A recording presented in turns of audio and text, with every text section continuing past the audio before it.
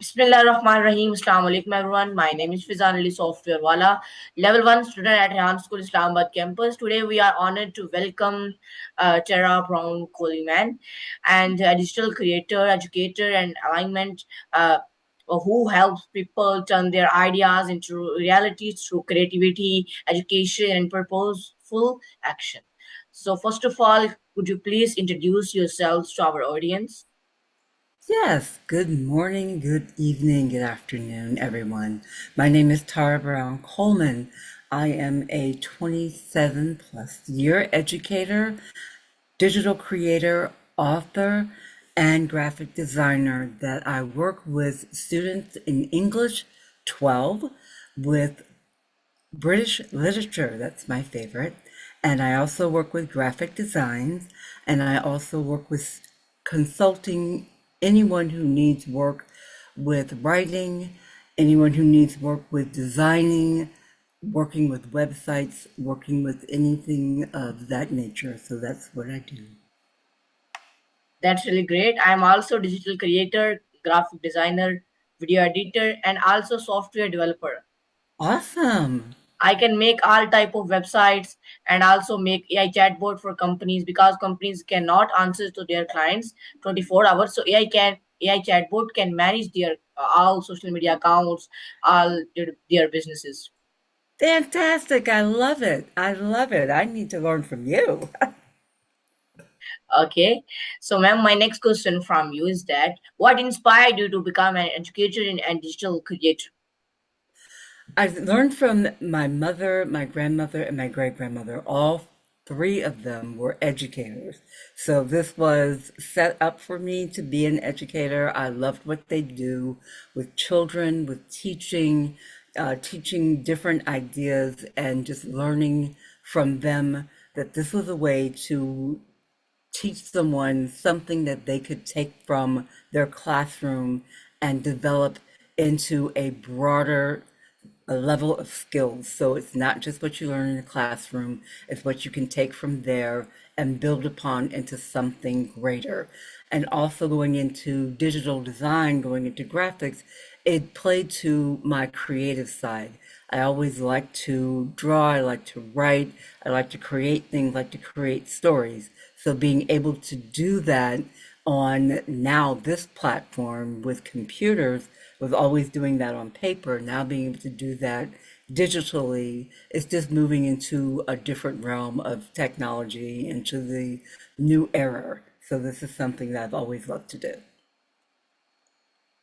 Okay, that's really great. So, looking back at your childhood, what experiences shaped the person you are today? The experiences that led me to what I do today is when I was younger, I had a speech impairment, as you can kind of hear now, and that kept me from wanting to speak. Not that I couldn't, but knowing that when you're very young, you're shy, you don't want people to tease you, you don't want to get into that era, that space, so you just stay very quiet, you stay very shy, you don't want to talk.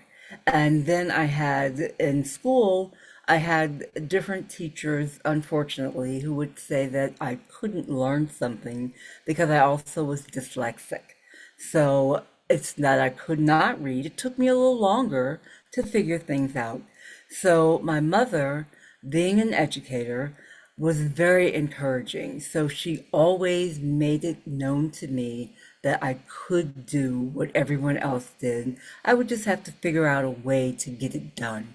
So the experiences I had growing up was that I never could not do something.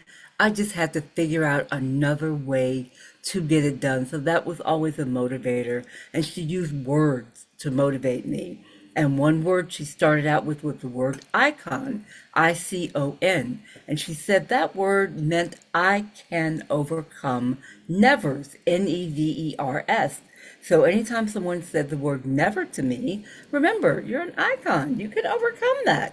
And that just kind of went with me all throughout life. So no matter what I ran up into and someone told me I couldn't do it, yeah, I can. So that was an experience that I always took with me, and it encouraged me. It helped me to do better in school. I became a straight A student. I became, debate coach. I became debate team captain. I did sports, everything that people said I couldn't do, I would do no matter what because my mother was there to encourage me. So those experiences I took into education because I always wanted to make sure that students had that same experience. Some of them, by the time they get to me, have been discouraged, some of them. So I wanted to make sure I was one of those last people, especially in K through 12, who was encouraging them. You can do it. No matter what, find a way.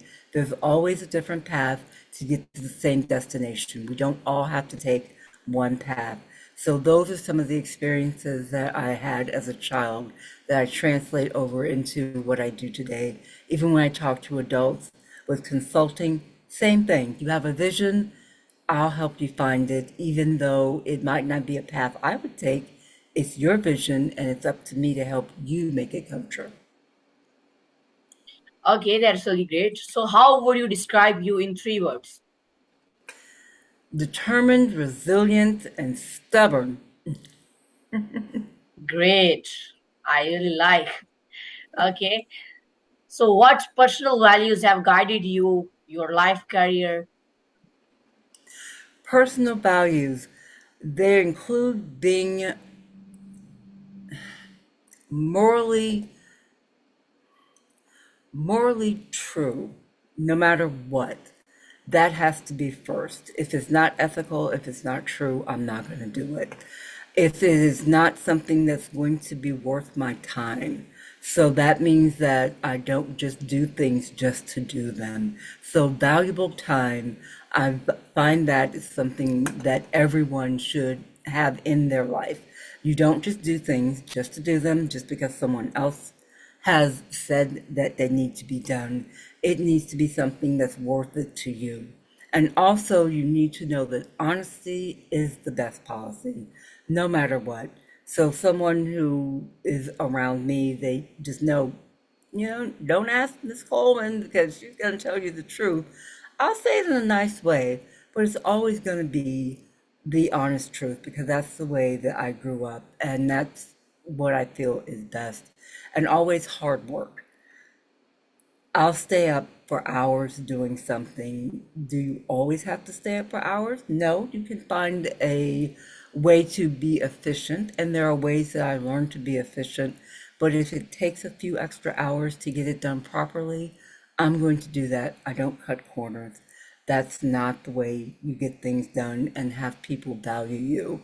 You always put in your best effort every single time. The first time, the last time, every single time. So those are some of my personal values. Okay. So, was there a turning point that completely changed your direction? Absolutely. When I was in seventh grade, I was actually told that I would never, ever be anything more than a BC student at most, and that I would not be a sports person, and I came from a sports family. So that was very difficult for me. I was always rather sick as a child, but never stopped me. But at that point, that was something that was going to stop me from doing what I wanted to do. And I said, no, that's not that's not going to stop me. I'm going to make this team. I'm going to do what I need to do. And the coach at the time took me off the team just because at that time I couldn't finish the practice because I had an asthma attack. And I said, that's not fair. And I advocated for myself. I had to. My mother came down, that she's a fighter, and we had to fight to reinstate my practice. And I saw from that point that standing up, being able to turn your life into something that people say you can't, but you can. and I made the team and became one of the most valuable players on the team that year. And that was basketball, by the way. Sorry, I didn't say what it was. That was basketball, by the way. And that was all because someone told me that I couldn't. And from that point, I never let someone tell me that I can't anymore. And I went on to win scholarships. I had over 30 scholarships when I went off to college. Great. And yeah, I know it was exciting.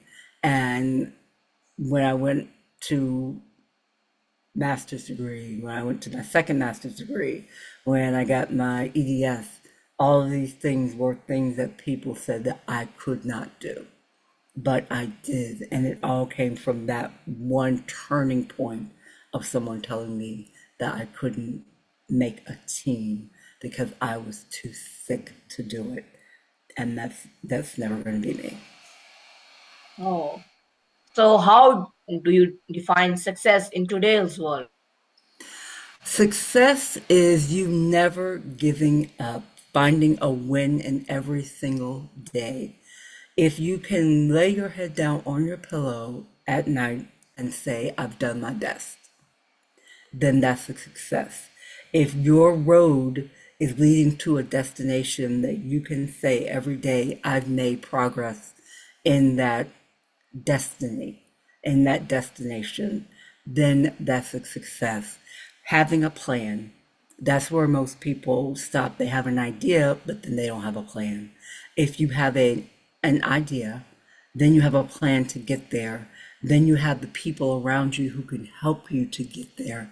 So you always have that way. You always build upon each thing that you have in your skill set already.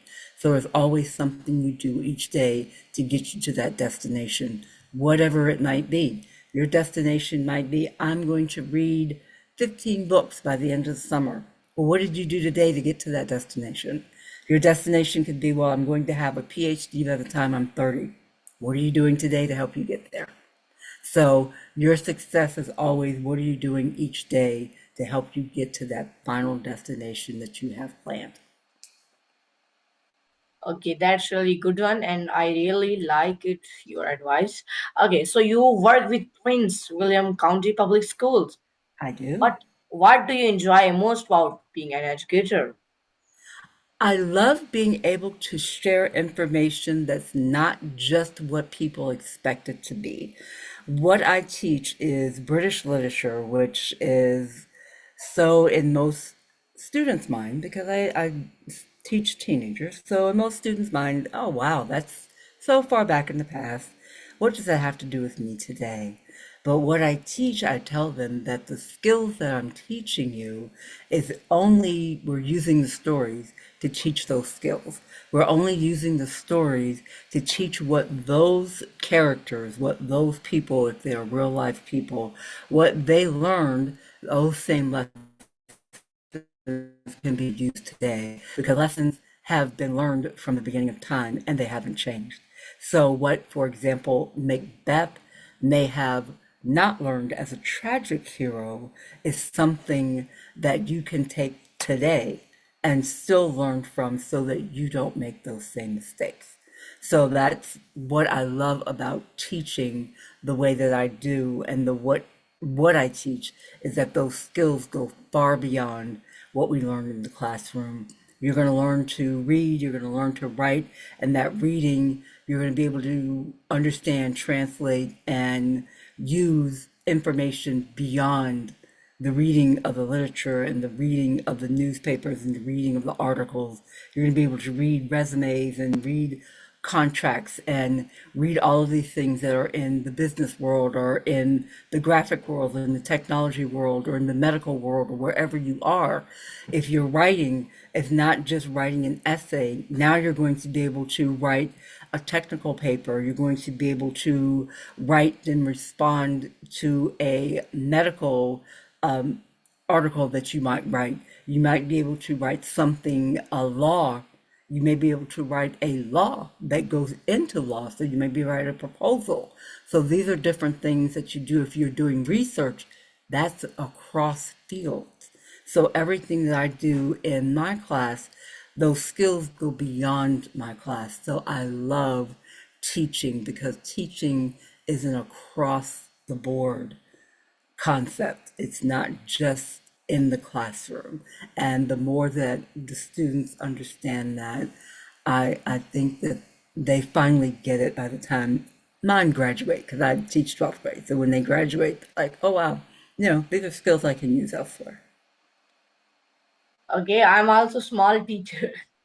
I teach students my skills, which Yeah. I learned. I teach students AI. Okay, Yeah. so what qualities make an outstanding teacher? Patience, good communicator, someone who desires to share information, loves students, loves learning themselves because you have to be a lifelong learner. To be a teacher, someone who teaches, you have to first know how to learn and want to learn. I never stop learning. You also have to have a desire for someone to be better than you. As a teacher, my first goal is that when my students leave my classroom, they need to have a skill so that they at some point are better than me. It's just like your children. If you, when you're a parent, you want your children to be better than you. As a teacher, you want your students to be better than you at some point. So those are important skills for a teacher to have, to know their craft. You always have to be in the mode of honing your craft. That can never be stagnant. So those are things that make a good teacher, someone who is caring. You need to know the whole child, not just, or the whole student. So it's not just children, the entire student. So not just, are they good readers? Are they good writers? Are they good at math? Are they good at science? Are they good at social studies or technology? What's happening with them at home? What's happening with them emotionally? What's going on with them athletically? All the parts of the student. So that's under the care of a good teacher because that affects their learning. So teachers who know that, understand that, and respond to that in their classroom, those are some of the characteristics of a good teacher. Okay, that's really great. So, how has technology changed the classroom? I'm sorry, say it one more time. I said that. How has technology changed the classroom? Technology has changed the classroom, I think, one, quite rapidly. It has changed it so that now information is almost instantaneous. You don't have to go to the library as I did when I was younger to find everything. Everything is at your fingertips, which is good. It has allowed you to bring the world much, much closer together. So, as I'm communicating with you as a student, I couldn't do that.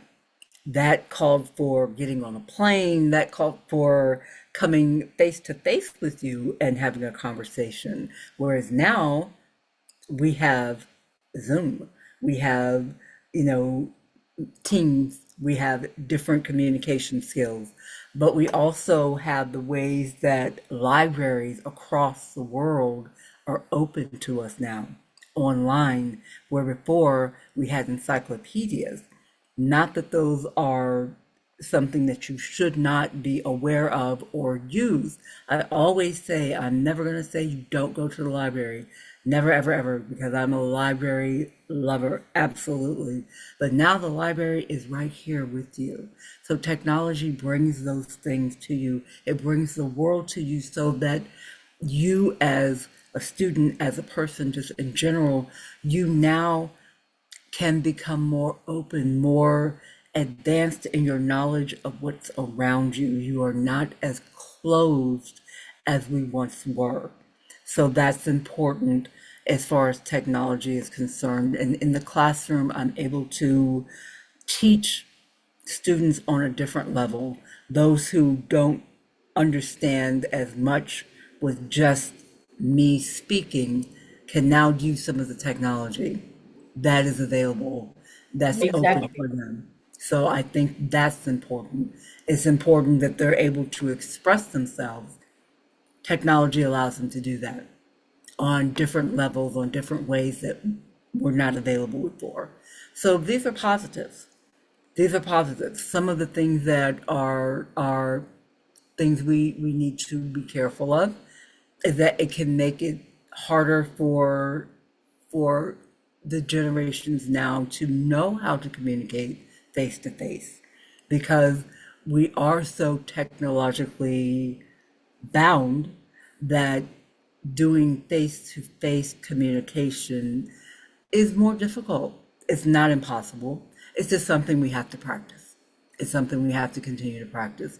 And technology can still do that as we're doing with Zoom, but just being able to communicate with a person face to face, not just texting, not just doing that, being able to just communicate like this. So that's how I feel technology is advancing the classroom, but with the caveat.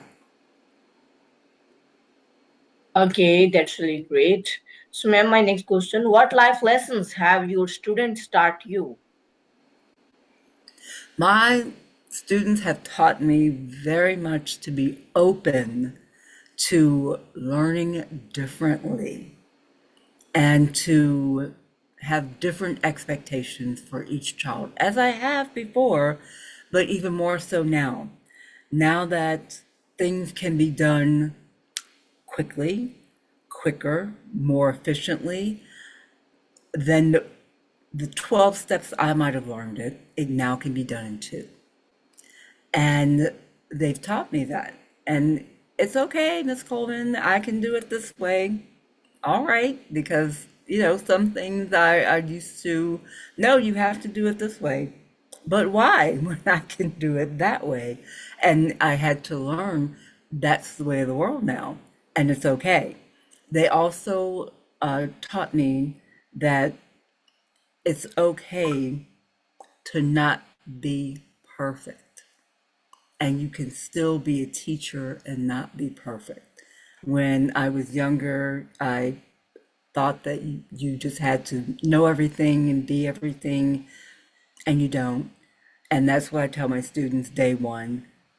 I don't know it all because if I did, then it's time for me to leave this earth because I've learned everything. And I haven't. I'm still learning. However, I know how to find what I don't know. So that's what is the very first lesson I teach my students. What you don't know, as long as you know how to find it, find the person who can help you find it, you're in good condition. Instead of a teacher who tells you they know everything, okay, you have to kind of look at them a little bit, but those are some of the big lessons that students have taught me, that they are more than just vessels I pour lessons into. They are whole beings with lives way beyond anything that I could have imagined when I was their age. And that's just how it is today. So I've had to learn to adjust to the students I have now. And it's been a good adjustment. It's a hard adjustment, but it's been good. It's frightening because you all have so many things that we didn't. But I'm glad that they've taught me those lessons. I hope it helps me to be better. Okay, how many siblings did you have? I have two. I have a brother and a sister. And then I have bonus brothers and sisters. So I have two sisters who are my beautiful, beautiful bonus sisters, and then I have one brother. So I have blood brother and sister, and then three bonus brothers sisters. Great. Okay, so how do you help people turn their ideas into reality? The ideas, I sit down and listen to them. When someone comes to me with an idea, the very first thing I do is what I do in my classroom, I listen. Because if you don't understand what is in their mind, you can't help them. Then I say, all right, this sounds like this. So I repeat back to them what they've told me. Once we get to an agreement that, yeah, this is kind of what I'm thinking, okay, let's see if we can make a plan to make this happen. Here's what we're going to do. And we start to build. This is how this can become a reality. And it may not look like what they're thinking at the beginning, but this is how it can happen. What do you think? So it's always a collaboration. It's never that, all right, here's my vision, and then I go off and make this and bring it back to them. That's never it. If you have a vision, then you need to be part of the entire building process of getting it to reality. So once they take ownership of that, it becomes much easier for them to get that idea out of their head and into the environment that they want it to be. That, okay, she's not pushing her ideas, she's really trying to build mine. And so we go step by step. All right, I want to build a website. What kind of website? I want to build a website that's going to do this. Well, what is it that you do now? Sometimes they have a website. Usually they do already. So I'm just helping them to improve something. And a lot of times it's just aesthetically how it looks.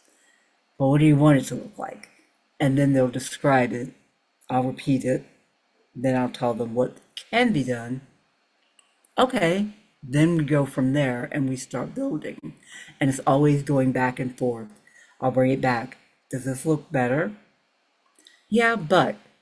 And when you go back and forth, and that's how you get to a final stage. Is this more like what you want?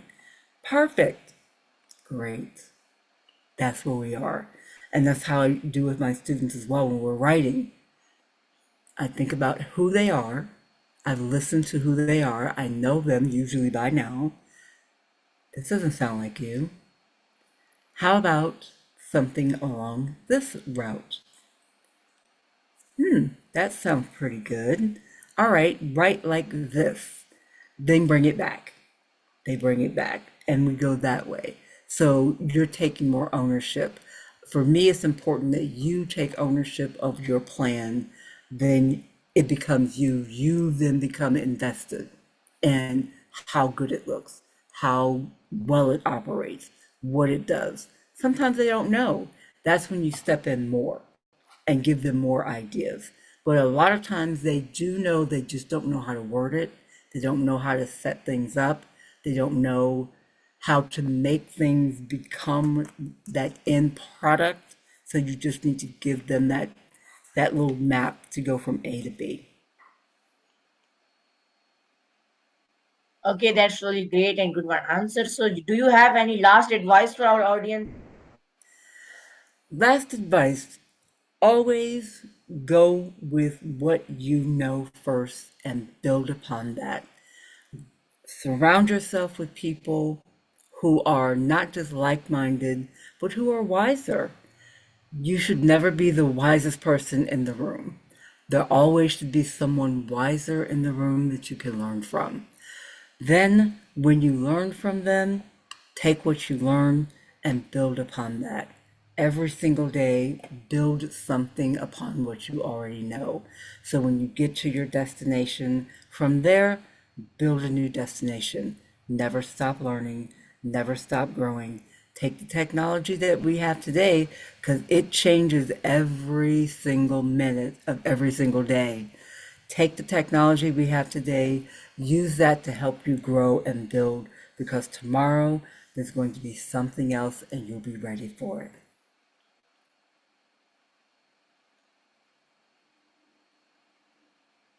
Okay, that's really good advice for me, for our viewers. Okay, so viewers, this was today's interview. I hope you like it. I meet with new and special guest. Thank you, and Allah Hafiz.